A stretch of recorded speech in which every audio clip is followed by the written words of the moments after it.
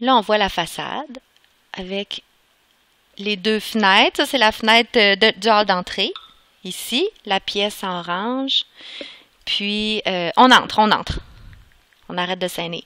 Là, on voit qu'on pourrait monter en haut. On n'y va pas pour l'instant. On va aller dans le hall d'entrée, enlever nos bottes. C'est bon. Puis après, on circule par l'autre porte.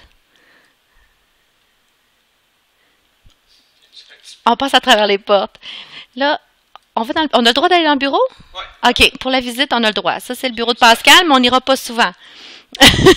Ça, c'est le bureau de Pascal, avec un petit angle au bout dans le mur. Maintenant, on sort. On va aller à la salle de bain. Il est là sur le mur bleu.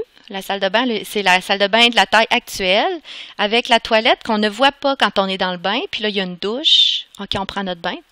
Puis là, il y a une douche dans le coin là, à gauche de la porte, qui serait là. Oh, il a déplacé la porte. On va sortir pour aller dans la buanderie, faire un peu de lavage.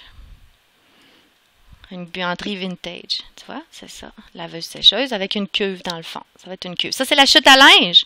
Ça, c'est les vêtements qui tombent du rez-de-chaussée, qui tombent du premier étage jusque dans la buanderie. Ah, t'as fait le trou. OK, puis ça, c'est la cuve. Ce ne sera pas comme ça va être une vraie cuve, mais pour l'instant, on avait une cuve stylisée un petit peu. Puis là, ensuite, on ressort dans l'aire commune. Ça, c'est le salon.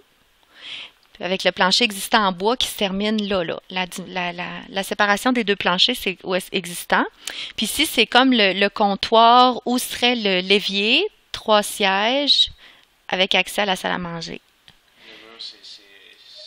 Oui, le muret, on n'est pas certain, là. Ce muret-là, c'est selon qu'on fasse une longue poutre ou pas.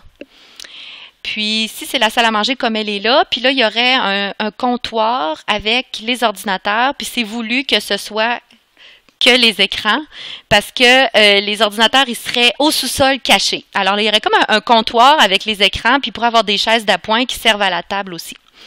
Puis là, il y a un grand rangement pour mettre.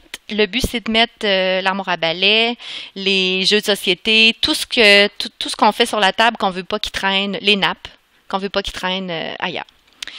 Là, ça, c'est la grande porte patio. Combien a-t-elle, donc? 10 pieds? 8, elle? OK. 8 pieds pour sortir dehors. Ça, c'est la porte actuelle qui est là. Puis, si on va dans la cuisine, entrons dans la cuisine. Ça, c'est le garde-manger.